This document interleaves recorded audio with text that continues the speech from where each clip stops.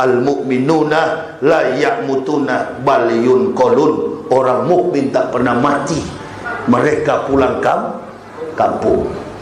Sudah ada tempat di sana orang Islam. Begitu orang Islam meninggal dunia, malaikat langsung mengucapkan salamun alaikum bima sabartum. Keselamatan bagi kalian wahai orang-orang yang sabar. Siapa orang-orang yang sabar? Orang-orang Islam. NU, Muhammadiyah, Naqsabandiyah, Al-Wasliyah, FPI, Banser, Ansor, semua masuk surga.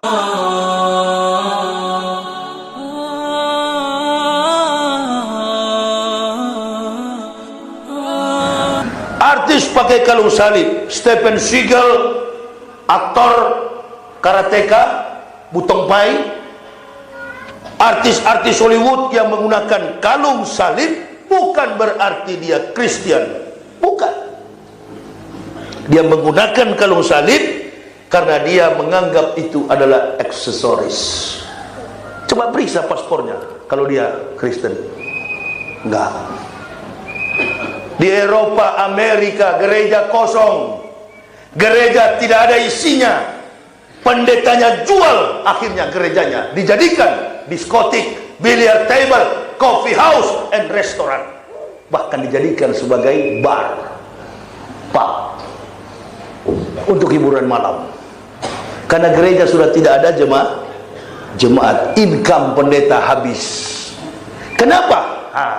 Di sini saya jelaskan. Kenapa orang Eropa tidak beragama Kristen?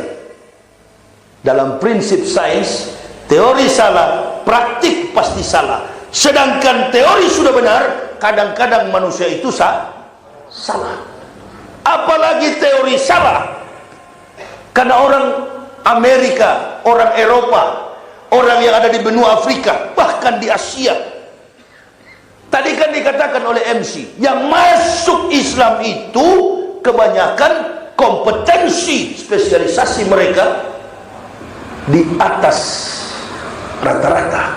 Kemampuan intelektual mereka di atas rata-rata. Saya cuma makan satu contoh terkait dengan musim haji yang kemarin. Ada yang kafir di viral itu mengatakan haji itu katanya lempar jumroh itu hanya buang-buang seperti anak kecil bermain kelereng. Kurang ajar betul di kafir ini. Air Zam-Zam itu katanya PDAM Saudi Arabia. Orang Islam tidak pernah lapor polisi karena orang Islam anggap itu lelucon. Cobalah UAS dianggap juga begitu. Karena orang Islam anggap ini yang sampaikan ini orang yang murtad dari Islam kemudian jadi pendeta. Bukan dia masuk Islam karena kajian atau mendapatkan kekeliruan dalam isi, dalam konteks ayat-ayat Quran. Nah, Profesor Dr. Lawrence Edward Yosef, dia angkasawan Amerika yang mengadakan observasi, pengamatan, penelitian tentang batu hitam yang dibawa oleh Ibrahim dari Masjidil Aqsa pindah ke Mekah. Batu hitam itu adalah Hajar Aswad yang ada di dalam Ka'bah yang dulu akan diambil oleh Abraha dan pasukan bala tentaranya yang menunggangi gajah. Di saat itulah Rasulullah SAW lahir. Jadi ketika Lawrence Edward Joseph mengadakan penelitian, tidak diizinkan oleh King Abdullah untuk masuk dalam area Masjidil Haram because you're kafirun. Karena kau ini adalah orang kafir, tidak boleh. Cannot inside in Masjidil Haram. Tidak boleh kau masuk dalam Masjidil Haram because you're kafirun. Tidak boleh masuk kamu. Apa yang dihasilkan?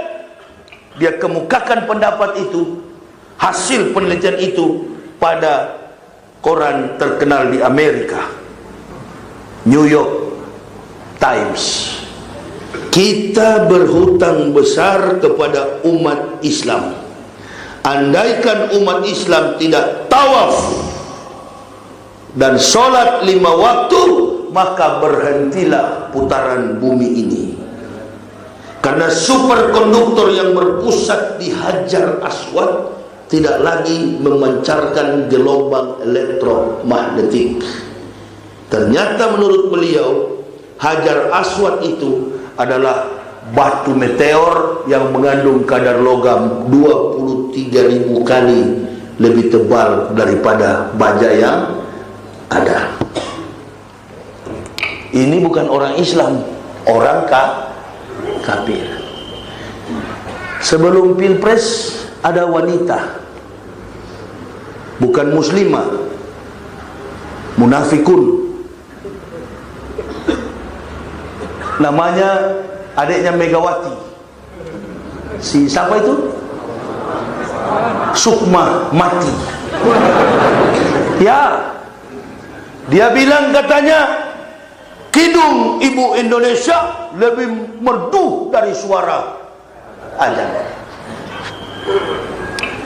Sunita Williams adalah astronot wanita tahun 2011 yang mengadakan penelitian di bulan. Astronot. Dia mengatakan tidak ada frekuensi suara menembus bulan dari bumi. Tapi dalam satu hari, kata Sunita Williams, astronot perempuan kewarganegaraan India. Tapi dalam satu hari dia dengar ada 5 kali. Suara itu ialah hayya lis shalah, hayya 'alal falah. Dia rekam. Dari mana suara ini asalnya? Semua dunia ini, bumi ini gelap gulita. Hanya 2 kota yang bercahaya, Makkah dan Madinah. His comfort. Dia masuk Islam. Tanya sama si munafik itu, pernahkah lagu Indonesia Raya sampai di bulan? Kau yang anti Pancasila, kau yang anti NKRI, kau pura-pura bilang kami yang anti. Ya itulah komunis punya cara, suka-suka membalik-balikan fakta. Saya termasuk orang yang cinta kepada NKRI karena kami dididik dengan disiplin militer. Bapak saya tentara. Di dalam rumah saja kalau dipanggil harus jawab siap. Ini bangsa ini sudah apa bangsa ini? Karena terlalu menghina Soeharto, presiden dulu. Ini bangsa ini sudah tidak bisa berbuat apa-apa sekarang. Kutukan. Kau menghina-hina Pak Harto. Di mana-mana ini masjid-masjid begini, sampai di pedalaman Dayak. Saya pernah masjid-masjid begini banyak. Di Riau, di Aceh, di Kalimantan banyak masjid begini. Buah tangan dari Bapak Presiden Soeharto. Ingat kita di saat keterpurukan begini, bi'adil umaro, dibutuhkan pemerintah yang adil. Baru kita ingat, waduh, kalau di zaman Pak Harto rakyat kecil kita dibela. Nggak ada di zaman Pak Harto itu. Hutan silakan masyarakat, ada main-main asing disikat habis sama Pak Harto. Alhamdulillah kita di desa nggak susah kalau soal makan. Dulu ada bantuan presiden. Tapi begitu Soeharto di demo macan Asia, ditakuti Amerika pun berpikir mau ganggu Indonesia. Sekarang diutak-atik.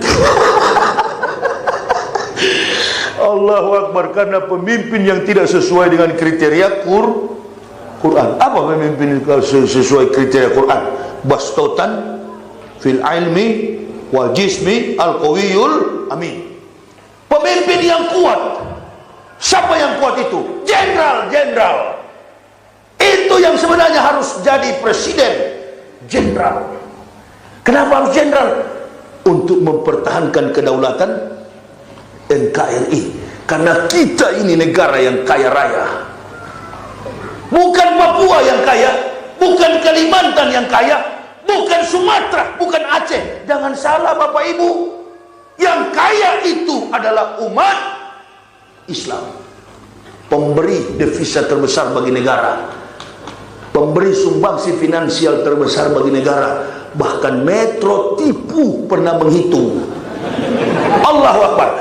Ada dirilis, buka kembali lebaran tahun lalu, Metro tipu pernah rilis pendapatan negara 200 bahkan 200 miliar per tahun dari hasil umroh. Belum lagi ibadah haji, nominalnya mencapai triliun. Sebaliknya, ini kafir ada kasih apa? Ayo, ini kafir ada kasih apa? Bapak tidak percaya bahwa orang Islam ini kaya? Uang haji saja mau dipinjam sama Jokowi.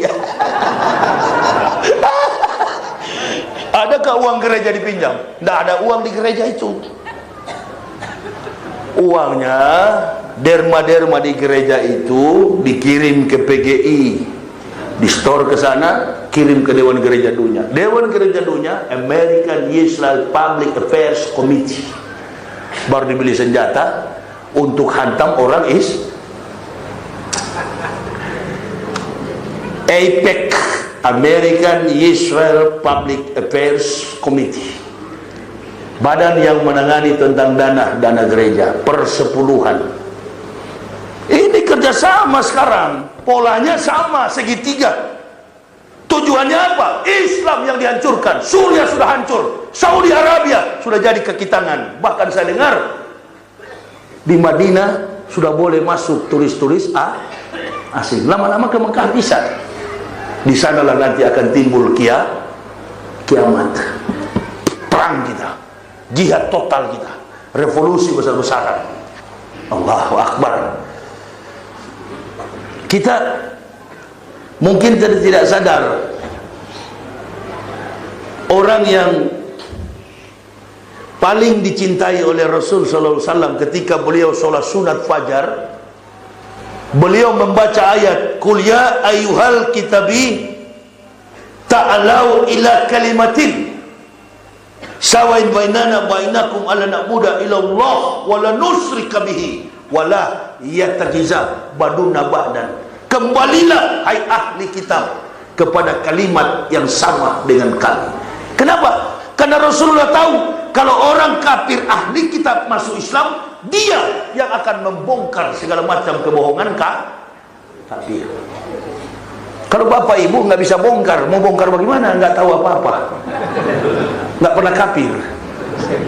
Makanya ada kiai dulu, waktu jadi watim presnya Ibu Megawati, namanya Kiai Haji Hasim Musyadi, pernah tegur sama saya, nak, kalau boleh ceramahnya itu volumenya ditekan ke bawah sedikit. Nah, saya bilang sudahlah Pak Kiai, Pak Kiai kan tidak pernah kafir, tidak usah nasihati saya.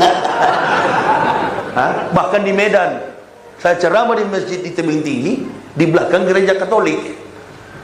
Ustaz, minta tolonglah Ustaz.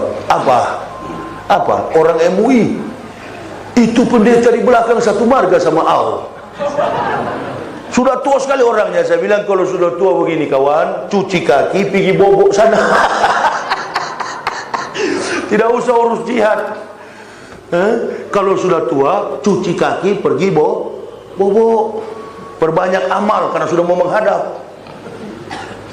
Jangan lagi berbuat maksiat, apalagi ambisi menelan dunia.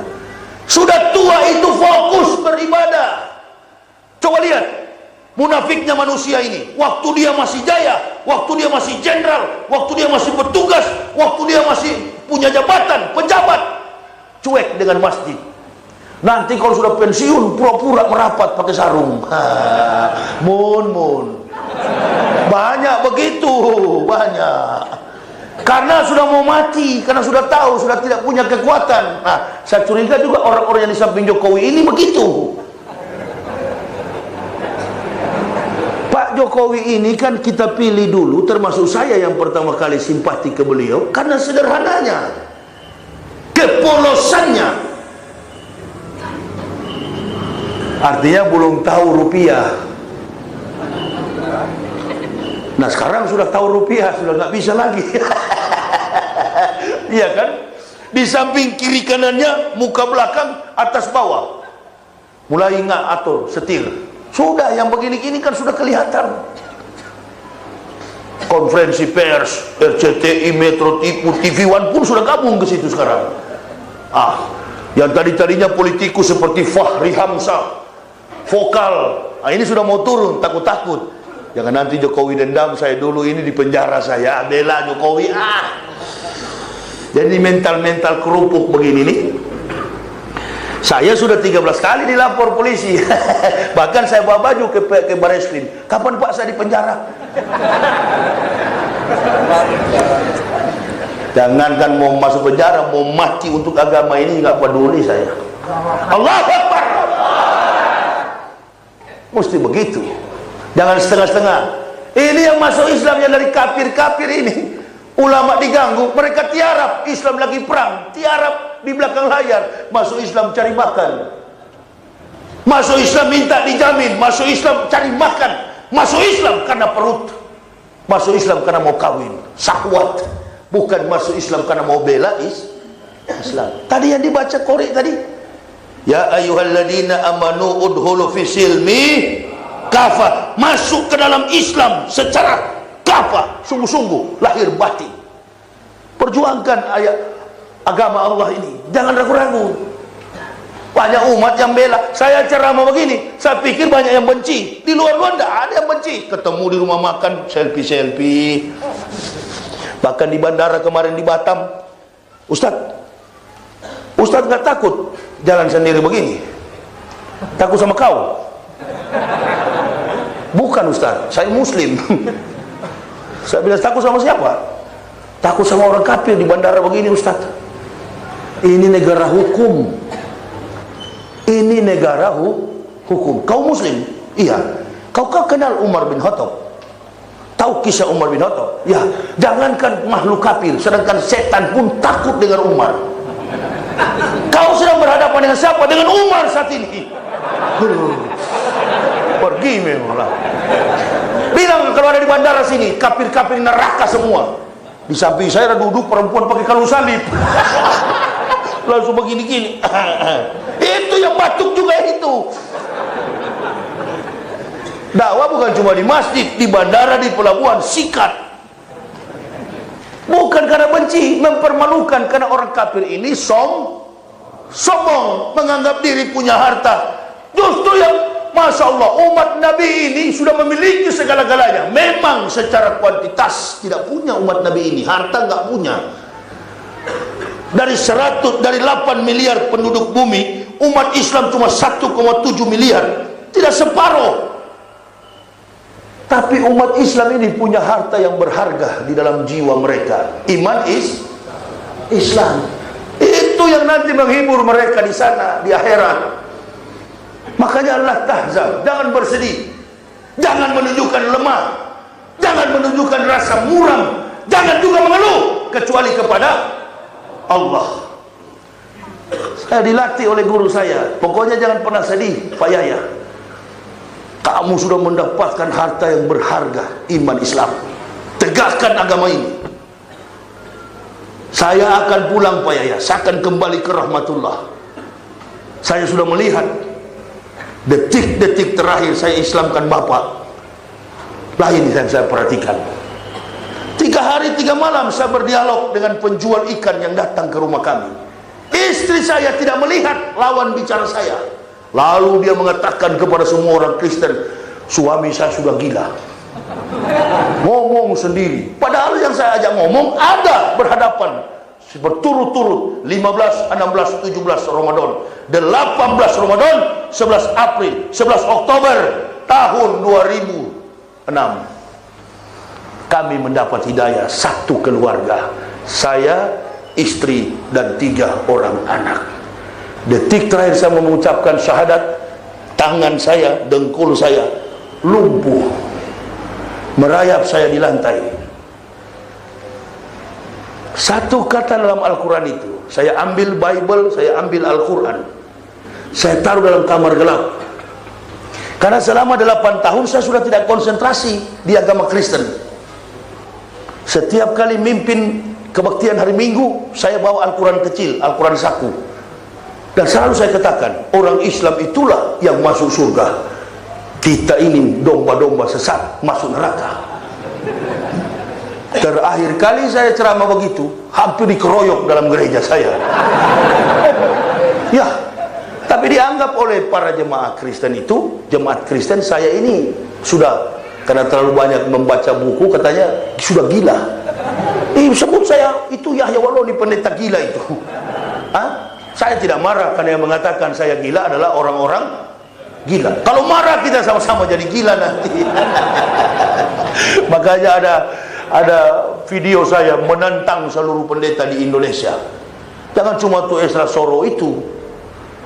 Dia bukan kelas saya waktu saya di sana itu. Kelas saya itu Paul Yonggicho, Maurice Rulo, itu yang dari Eropa. Datang ke sini. Kalau cuma pendeta kelas Malang begini Solo, innalillahi. Belajar hanya menjadi kampung begitu nggak perlu. Bukan lawan saya. Cerdas, smart, mendapatkan Islam karena kajian ilmiah, membaca, sadar, lalu diberikan Allah hidayah di dalam dada. Ajak istri, ajak anak, ayo kita masuk Islam. Anak saya waktu kecil dia tanya, Pak, di mana Tuhan Yesus? Saya bilang itu di dinding. Aduh, kok luka-luka begitu Tuhan, Pak? Namanya anak kecil ya harus jawab kan? Mana Tuhan Yesus, Pak? Itu di dinding sana. Waduh, luka-luka, Pak.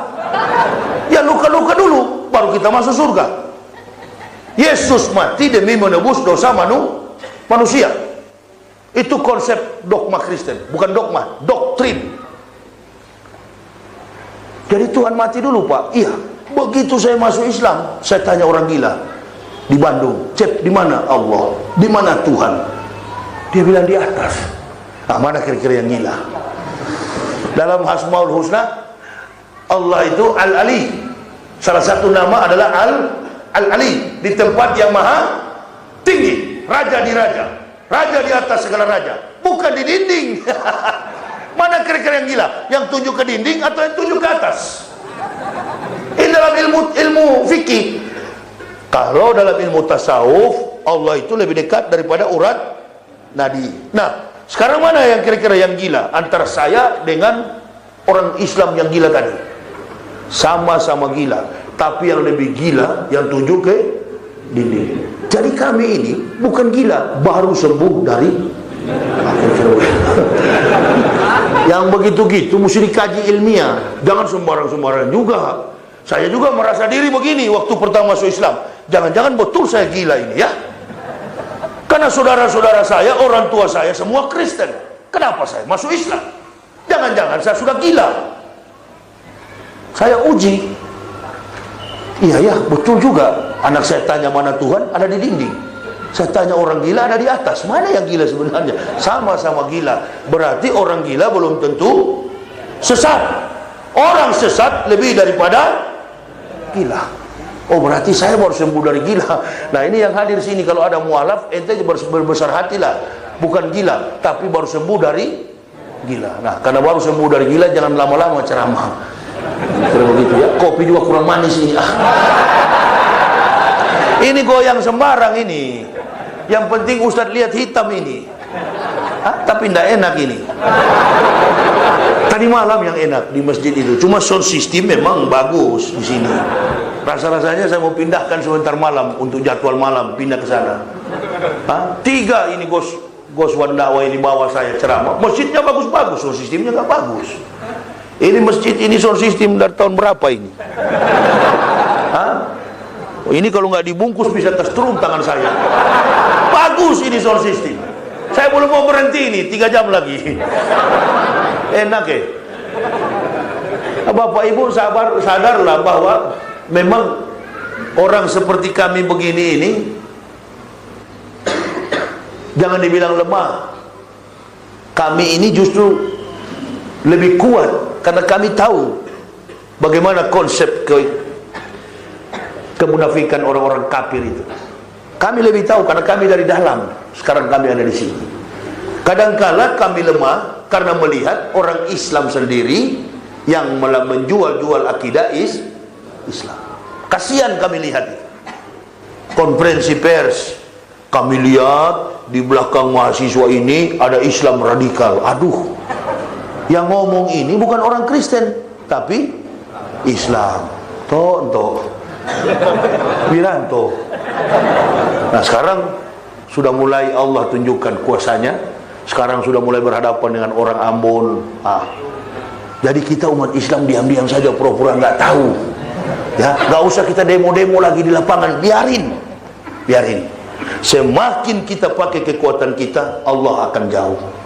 Jadi kita bikin kejadian-kejadian aneh begini, dakwah saja di masjid. Undang lagi, saya pulang, datangkan lagi Ustadz siapa, datangkan lagi Buya Yahya, datangkan lagi Zulkifli Ali, datangkan lagi UAS. Kita hibur diri kita, bahagiakan diri kita dengan tabligh akbar. Yang penting panitia kuat tahannya. Apalagi seperti tadi sambutan nggak panjang-panjang, itu bagus Ji. Tadi kalau ente panjang-panjang, saya sudah siapkan konsep, saya mau hajar ini. Bersyukur kalian, kiai besar yang datang, kalian panjang-panjang sambutan. Ya, dulu pernah terjadi begitu di masjid. Dia datangkan saya, nggak taunya uang dari bupati. Begitu saya di dalam masjid, lagi sambutan, dia bisik saya, Ustaz, itu sebentar yang di samping sana itu calon bupati. Nah, lalu ente bilang ini kan puluhan ribu yang hadir. Ya, terus ini acara ini terselenggara karena dia punya dana, Ustadz bisa naik pesawat. Hah? Bukankah saya hadir sini karena Allah? Kenapa ente bilang dia? Iya, tapi duitnya dari dia. Oke. Jadi saya mau bilang apa? Bilang saja sama jemaah, pilih dia jadi bupati. Siap. Begitu saya ceramah dan saya bilang, Ustadz ini tadi bilang sudah pilih tuh haji sana itu untuk jadi bupati. Semua jemaah jangan pilih manusia itu. Jangan. Baju yang Allah berikan, hidayah yang Allah berikan, jangan dimanfaatkan untuk kepentingan politik. Saya dukung Prabowo kemarin, saya juga cebong. Saya serang cebong, bukan cebong, saya juga kampret kemarin. Tapi sekarang kan sudah selesai. Di sini juga pasti ada cebong, pasti ada juga kampret. Saya dukung Prabowo karena Prabowo pensiunan tentara, bapak saya pensiunan tentara, sama kita. Itu saya dukung Prabowo. Yang di sana enggak tahu saya, mungkin PKI, silakan kau. Nah, saya dukung Pak Prabowo karena ibunya juga orang Manado. Sama, ada hubungan emosional. Begitu kan? Antum yang dukung Pak Jokowi silakan. Sekarang sudah selesai antara kampret dan cebong. Bersatu sekarang karena orang kafir mulai berani. Bayangkan sampai di dalam gereja, dibawa ke perusahaan-perusahaan, dibawa ke instansi pemerintah untuk berdoa. Sudah tidak lagi menghargai kaum mayoritas. Allah Bapa yang di sorga, di hari kesakitan Pancasila ini, apa kesaktian ya? Lagi sariawan kan nggak apa-apa. Kami berdoa kepadamu ya Allah Bapa. Di samping dua orang muslim ada viral, saya sampai ketawa terbahak-bahak saya nonton begini. Kacau ini, doa setan ini. Berdoa sama siapa? Allah Bapa. Menyebut Tuhan saja sudah pals. Kalau pakai Allah berarti Semit Timur, Semit Selatan. Versinya adalah versi tajwid. Dia menggunakan lam tasdid. Jadi penyebutannya bukan Allah, tapi Allah. Ada mahrusnya. Makanya bikinlah. Saya di pendeta pernah usulkan dulu, kalau boleh orang Kristen bikin juga musabakoh tilawatil Bible. Tapi mau tarik bagaimana mahrusnya? Begitu-gitu. Markus bilang ke kanan, Matius bilang ke kiri, Paulus bilang salto ke depan, Markus Yohanes bilang jungkir ke belakang. Bingung orang Kristen. Hari Minggu pagi bawa Alkitab, mana dia tahu isinya? Sebesar tisu begini. Ibu-ibu tuh naik motor, baju satu tali, rok pendek, kitab tebal begini. Sampai di gereja, baku gosok paha di dalam gereja. Kan tidak ada ikhwan, akhwat kalau di dalam masjid. Bu, itu jangan tidur. Nah, coba lihat sekarang. Kalau bisa kita lihat wajah ibu-ibu tertutup, cantik, beautiful. Kenapa? Karena wajah dan sampai ke bawah mereka tertutup. Innalillahi, sebaliknya di dalam gereja, pendeta di mimbar tinggi, dia sorot ke bawah, Allahu Akbar, baju satu tali, Kristus sangat mengasihimu. Surga dari mana kawan? Sedangkan sudah tertutup rapat, ditanya masuk surga, orang Islam tawadu, rendah hati, jawabannya insya Allah. Masya Allah, ini tidak pakai apa-apa, telanjang bulat masuk surga. Ya Allah ya Rabbi. Dari atas mimbar juga yang bicara belum mandi junub. Saya tidak pernah mandi junub. Bagaimana mau mandi junub? Masih ada Thompson.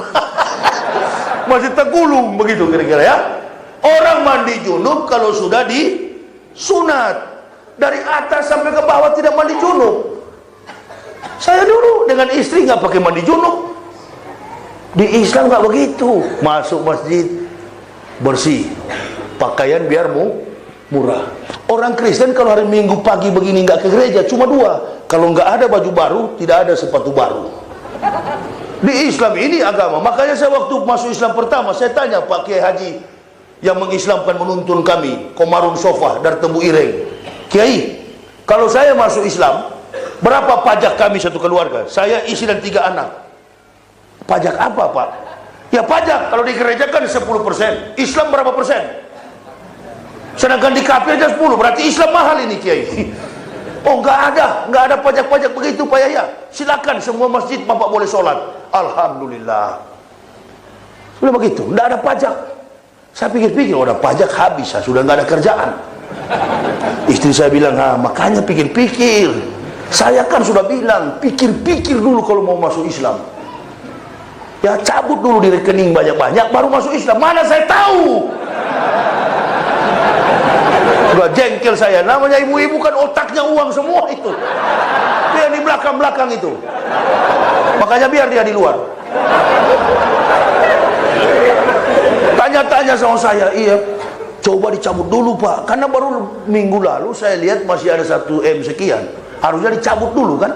Maksudnya saya cabut dulu, kenapa tidak cabut dulu? Mana saya tahu, lama-lama karena memang sudah nggak ada apa-apa, mulai stres kami dua, sudah tidak ada apa-apa, diusir oleh gereja. Adakah saya pergi ke masjid minta-minta? Enggak, di Tanjung Priuk mungut-mungut plastik, bergabung dengan tim pemulung sampah. Biar jadi pemulung, asalkan agama Allahu Akbar. Jangan ditukar Islam dengan kekayaan. Tempatmu adalah neraka. Miskin di dunia enggak apa-apa, sudah ada tempat. Al-mu'minuna la ya'mutuna bal yunqalun. Orang mukmin tak pernah mati, mereka pulang kampung. Sudah ada tempat di sana orang Islam. Begitu orang Islam meninggal dunia, malaikat langsung mengucapkan salamun alaikum bima sabartum, keselamatan bagi kalian wahai orang-orang yang sabar. Siapa orang-orang yang sabar?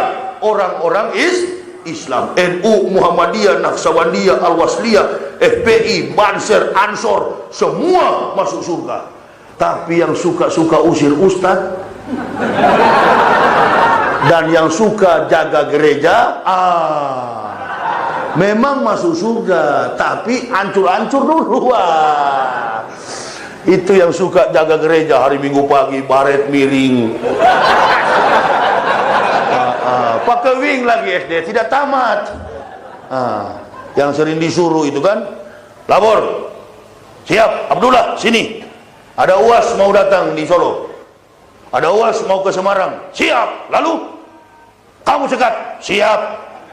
Tapi ada undangan ini dari pendeta, siap. Kamu jaga itu gereja, siap. Ini ada 15 nasi bungkus ya pagi. Isinya tai semua itu. Karena di hadis Nabi adalah tai. Nabi bilang apa? Yang aku khawatirkan dari umatku, apabila mereka hanya berpikir apa yang masuk dari mulutnya disimpan ke dalam perutnya, maka nilai manusia itu tidak lebih daripada apa yang keluar dari dalam perut. Apa itu? Tai. Hitler Orang juga ngomong begitu, Hitler, Nazi, Führer. Dia ngomong apa? Orang munafik seperti lalat di atas pesos.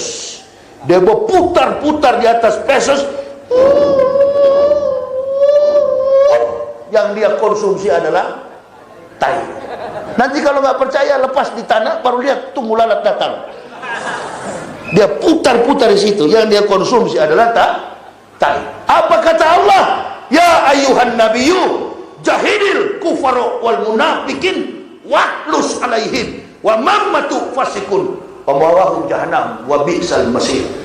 Karena mereka itu adalah orang-orang yang mati di tempat yang tersiksa. Ini orang kafir dan munafik. Nabi diperintahkan oleh Allah, perangilah jahidil wal munafikin, kufara wal munafikin. Wahai Nabi, wahai Rasulullah, perangilah orang-orang kafir dan munafik. Kalau enggak mau diperangi, waklus alaihim, bersikap keras.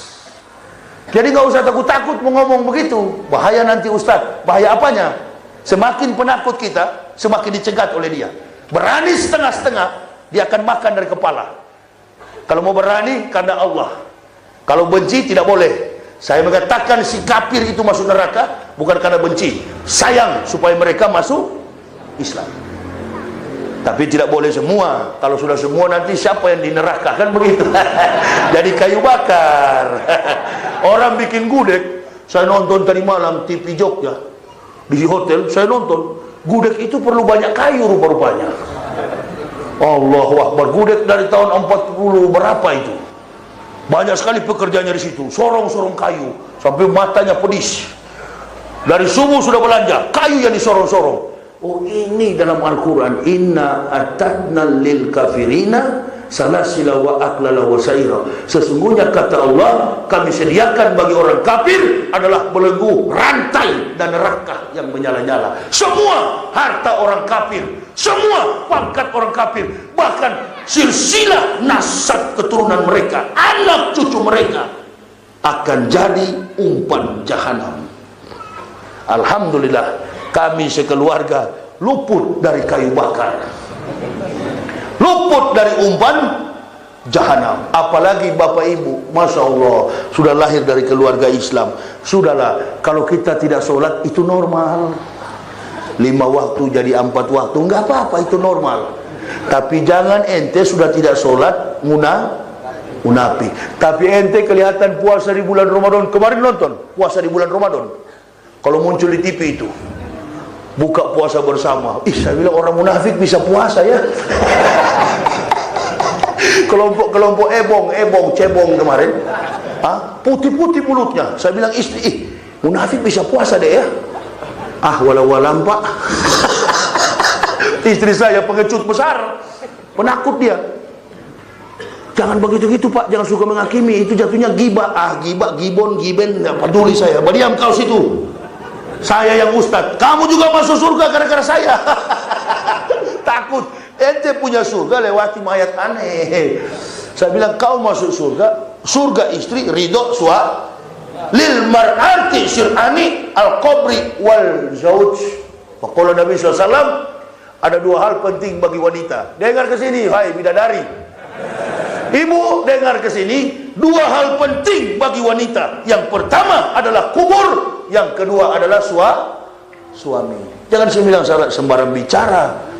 Megawati saya kemarin saya bilang supaya cepat mati, ada hadisnya.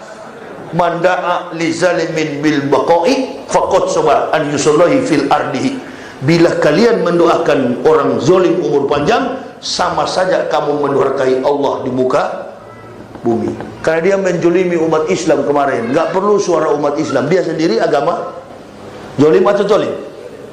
Jolim atau jolim? Nggak berani. Karena banyak spanduk Megawati di jalan-jalan, takut. Nggak ada yang saya takut di Indonesia. Saya bukan pemberani, tapi saya tak pernah takut setelah Muslim ini. Ridha, ikhlas, bawa mobil sendiri. Sekala-kala jemaah tanya, Ustaz dicegat nggak orang kafir? Oh enggak, jarang kafir kejar saya. Yang saya sering ketemu makhluk halus. Wallahi, saya dulu tidak pernah ketemu setan. Nanti di Islam. Pernah istri saya hamil dari Sulawesi Barat, dia mau pulang melahirkan, saya sendiri mati mobil saya di tengah hutan. Sulawesi Barat, namanya Pasangkayu, Sulawesi Barat. Lewat di atas mobil saya, pok, pok, pok, pok. Kepalanya terbang, ususnya juga terbang. Baunya seperti anyir ikan, bau amis. Dia lewat di mobil saya. Istri saya sudah berangkat. Oh, begini setan. Di Kristen nggak pernah ketemu, karena memang sama-sama setan. Bagaimana mau ketemu? Sama, di gereja tidak ada setan intip-intip dari jendela. Yang ada setan itu di masjid. Itu jadi di jendela-jendela itu setan itu yang suka. Bukan ente. Jangan tersinggung. Ya susahnya kita di Islam ini suka tersinggung. Mana ada jemaahmu tersinggung? Nggak ada itu. Tapi kalau di Kristen pendeta salah bicara, awas, langsung pindah besok. Coba intip di gereja hari Minggu pagi. Yang kaya-kaya duduk di depan, yang tukang panjat kelapa, tukang becak di belakang. Nah, yang kaya-kaya di depan, duduk di bangku apa itu VIP. Di belakang bangku kayu. Sudah diatur, ini kaya, ini miskin. Di Islam nggak peduli. Ente tukang becak, pejabat baru datang, tukang becak duluan saf depan. Kalau dia ada bawa becak malam, angin banyak masuk, kau terima di belakang.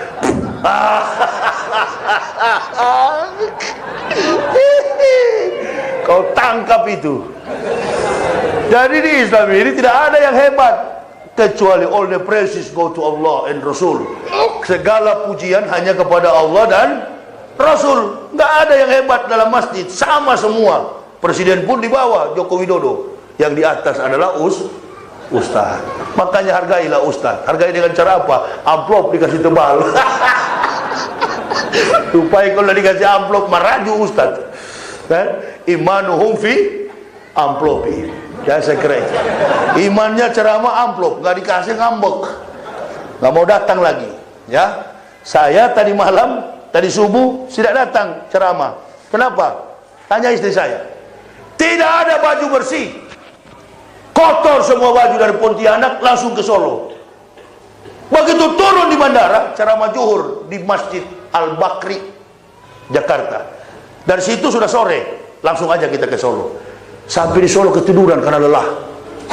Sampai di sini nggak ada baju bersih. Saya bilang istri saya, ini kan sholat subuh, kita juga belum tidur. Subuh aja, baru kita bobok lagi. Ya, jemaah nunggu lama sekali katanya. Ustaz tidak datang. Bagaimana saya mau datang? Baju saya kotor semua. Baru pagi tadi pagi saya jalan dengan istri. Kemarin pagi keliling satu Solo. Ternyata laundry itu ada di dalam sini dekat. Diputar-putar sama GPS. Ketiknya bagaimana Pak? Ketik aja. Laundry terdekat. Laundry terdekat. Laundry Gito Gata atau apa itu? Ketik di situ 16 meter. Belok kan. 200 meter belok kiri. 300 meter belok kanan. Sama hampir kayak ke surga juga ini. Kayak ke neraka yang berliku-liku. Mutar balik. Loh, ente suruh maju, belok ke kiri. 200 meter ikut jalan Gajahan. Mutar balik. Mutar balik terus kemana ini kawan? Sudahlah, jangan pakai GPS. Bilang sajalah bismillah. Di mana ya Allah? Begitu mau pulang ke hotel sudah kecewa. Ada laundry 200 meter ke dalam. Masya Allah, ternyata semua laundry terkumpul di situ. Home industry. Rupa-rupanya cucian baju itu adalah home industri rumahan. Oh begitu. Ternyata bukan di pinggir jalan, di dalam-dalam. Sudah cuci di situ. Nah, malu nggak kira-kira panitia yang undang saya itu kalau bilang begini? Ini menunjukkan bahwa penceramah yang tidak cengeng, kalau datang harus jemput. Bahkan ada penceramah mukanya saya lebih ganteng, tapi kalau datang ceramah mesti pakai Alphard, budgetnya sampai puluhan juta. Ada jemaah cerita sama saya, Ustaz, dia minta sampai sekian puluh juta. Hah? Coba ente sama saya itu. Saya berapa? Tidak ada. Orang pikir saya ini dibayar mahal baru mau datang. Enggak. Saya datang membawa ilmu kepada jemaah. Saya sambil berdakwah saya juga penulis buku. Jadi buku itulah yang saya pakai untuk berdakwah keliling Indonesia. Karena saya sudah pernah coba mobil saya itu pakai air wudhu. buka tangkinya, saya pakai air wudhu. Barangkali ini air sering pakai wudhu, mobil jadi irit ini. Begitu saya starter nggak bisa hidup. Rupa-rupanya kasih ini bawa ke jemaah kebenaran Islam menurut mantan pendeta. Di dalam buku inilah biodata kami secara lengkap. Ini saya mewisudahkan para pendeta dan data-data kebohongan Bible Kristen. Silakan ibu bapak ambil di mobil sana, ambil saja, silakan, tapi bayar. Di Semarang, di Magelang saya bilang ambil saja, dia ambil betul. Begitu saya ke mobil, berapa? Bagaimana dek? Iya pak, tadi banyak yang ambil. Terus, iya, tapi semuanya katanya ustadz yang suruh. Bila itu ikhlaskan lillahi ta'ala. Allahu Akbar. Pokoknya sepanjang jalan sampai Surabaya marah istri saya. Saya bilang sabarlah manis, nanti Allah ganti di sana.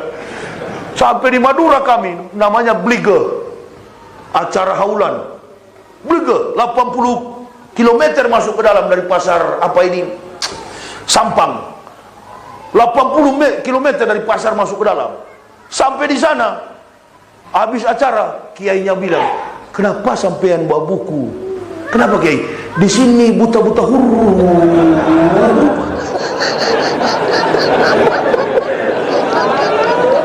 Tambah kecewa istri saya pulang. Allahu Akbar. Sudah tidak ada, jangan ketawa-ketawa kamu pak. Begini resiko berdakwah. Dari gaji Jerman besar sampai di Islam, ini nikmat dalam Islam. Karena sudah kenyang saya dengan dolar itu. Nggak kaget saya kalau miskin dalam Islam. Sudah kenyang, ibu bapak baru belajar, makanya kaget. Sampai membunuh saudara muslim hanya gara-gara dolar. Saya sudah kenyang itu. Marah-marah istri saya. Nanti kalau habis bensin, pakai kau punya kencing. Siap. Allahu Akbar. Tidak imbang. Pendakwah tetap kuat. Sampai di Surabaya, polisi di Surabaya kan dulu seperti hakim garis, bola kaki. Pokoknya menyimpang sedikit garis putih, prit. Dia tiup saya, tiup. Minggir. Selamat siang. Ya memang siang. Wah, lucu juga bapak ini. Dari mana pak? Saya bilang saya dari Jakarta komandan. Mau kemana? Saya dari Madura mau pulang ke Jakarta. Bukan di sini pak, Jakarta, tolnya sebelah. Bapak mau kemana ini? Saya bilang saya mau pulang ke Jakarta pak, mau cari tol. Saya orang baru. Terus satu datang ke sini mendekat. Ini bukan Ustadz Yahya ya? Ya alhamdulillah ketemu. Salam-salaman begini memang sudah diperlihatkan undang-undangnya. Ini pak ayat-ayat lalu lintas. Sabuk pengaman bapak tidak ada, 250.000. Memang ada tertulis 250.000 tanpa sabuk. Pokoknya total hampir 1 juta. Istri saya tambah kacau. Bagaimana? Allahu Akbar, habis kita belum sampai Jakarta. Oleh sabar kawan, innallaha ma'as sabirin. Tambah jengkel saya, tukang olok. Lihatlah sekarang kalau ceramah masih olok-olok juga. Suka olok dari kecil, memang begini tabiat saya. Suka olok-olok orang. Jadi percuma kalau berhadapan dengan saya olok-olok ente. Sampai di Jalan Darmo namanya itu, sudah 10:30. Ada masjid di situ besar namanya Masjid Al-Falah. Wah, mampir kami di situ, dipanggil sama ketua masjid. Sementara berwudu, ada yang ketawa-ketawa. Dia lihat-lihat saya senyum, dia buang muka lagi. Dia senyum lagi. Apa ini resleting celana terkunci? Apa yang lusuh? Sudah jengkel saya ini. Mau tanya saya, mas kenapa ente ketawa-ketawa? Oh Paul, tidak. Karena menunggu jawaban ada berdatangan, saat Masjid Al-Falah itu ada tangga. Saya baring-baring situ sambil tarik-tarik pinggang saya. Ada yang colek. Ustaz, oh ente kenal saya? Iya, ini Ustaz Yahya ya? Iya, pucuk dicinta. Ulang pun tiba. Sudah lama kami cari-cari Ustaz punya nomor. Sekarang Ustaz datang di sini. Ayo, ketua masjid mau ketemu di atas. Bawa ke atas. Kebetulan ketua masjidnya orang Makassar. Berkenalan, Ustaz, ente ngisi dulu kajian zuhur hari ini. Masya Allah. Yang tadinya mau pulang, sampai 3 bulan saya ceramah di Surabaya. Saya ceramah, pokoknya tidak ada sisa. Bahkan ada namanya di Surabaya itu namanya Ali Badri atau siapa itu. Boleh dikatakan cukup disegani di Surabaya, namanya Ali Badri. Bilang dengan beberapa pengusaha itu, Ustadz saya ambil buku ini satu, ini saya kasih cek. Dalam hatiku cek betul atau tidak ini. Nominalnya besar sekali. Saya bilang istri saya, kawan coba kau lihat ini. Dari yang ente marah-marah ini, kalau betul ini, ente bisa senyum sekarang ini. Contohnya dia kalau tidak percaya. Masya Allah. Jadi saya percuma dengan kesusahan ini, saya senyum karena saya tahu di baliknya itu lebih kekuasaan Allah lebih besar. Wah, begitu tukar. Bukan cuma itu, di bawah saya ketemu manajer banknya. Apa yang Ustadz perlu? Sudah kami siapkan. Berat saya pulang, pikul duit di kantong plastik. Saya bawa sama istri saya. Ini yang kau marah-marah saya. Alhamdulillah Pak ya. Dasar munafik kau. Jadi kau seperti istri Ayub. Nanti ada rizki baru bersyukur. Tidak ada kau cemberut. Kalau saya sudah biasa begitu-gitu, jalan ke mana-mana, nggak apa, sudah tahan pukulan. Ya, memang beginilah pendakwah. Semakin kita mengeluh, semakin jauh kekuasaan Allah. Lihatlah. Tapi harga diri kita sebagai pendakwah tentu tetap harus dijaga. Kehormatan, harga diri tetap kita harus jaga. Karena itu lebih mulia daripada segala-galanya. Ini yang bisa saya sampaikan. Yang dapat saya simpulkan ada 3: persatuan, kehormatan, harga diri seorang muslim, dan juga rahasia-rahasia kita di dalam Islam jangan sampai terbaca oleh orang-orang kafir, membuat mereka kuat untuk menghancurkan kita. Saya kira ini yang bisa saya sampaikan. Bagi jamaah nanti yang berminat untuk memiliki buku saya, ambil saja di mobil, ada istri saya yang akan melayaninya, ya, tapi bayar. Saya suruh bilang ambil 2 kali, udah Ustaz bilang ambil, katanya Bu. Istri saya juga dengar saya suruh bayar. Kan cuma dekat dari mobil ke sini. Ya, saya kira begitu ya. Insya Allah nanti kita jumpa lagi malam hari di Masjid Al-Bakri. Al-Bakri Jakarta. Enggak, kalau Al-Bakri Jakarta tebal amplopnya itu. Makanya saya kaget. Al-Bakri bisa gratis di buku di mobil. Al-Bakri malam ya, di mana itu Gus? Mojosongo ya. Kita jumpa di sana lagi insya Allah nanti malam. Berikan kesempatan siang ini saya mau makan bakso dengan bakso apa Gus? Pak Muslim. Waduh, dibawa tadi malam jam 1:30, jam 1:30 bakso. Saya bilang harus antar. Pakai tulang-tulang. Istri saya dikasih uang nggak mau, saya hantam. Oh Gus, kalau boleh besok kita sambung lagi. Makanya saya kasih panjang ceramah subuh ini untuk cari muka ke beliau. Mantap ceramah Ustaz. Ayo. Jadi kalau boleh 2 porsi jus ya. Ini 2 jam ini saya ceramah. Baksonya harus pakai tetelan 2 porsi. Ya. Kopi juga ini kurang enak dari dari rasa kopi ini saya sudah tahu modal panitia. Sudahlah. Tapi jangan kasihan saudara juga, ini harus diminum. Nggak manis dan kopinya kurang. Jadi memang sembarang, yang penting kopi dah. Ini juga kan bekas kafir. Udah. Kalau yang datang dari Madinah, oh rapat betul itu, gelasnya pakai bengkok-bengkok begini kayak Aladin. Manis betul itu. Tapi susu minumannya. Sama, lebih merugikan juga kalau susu. Ini kan minuman orang kampung.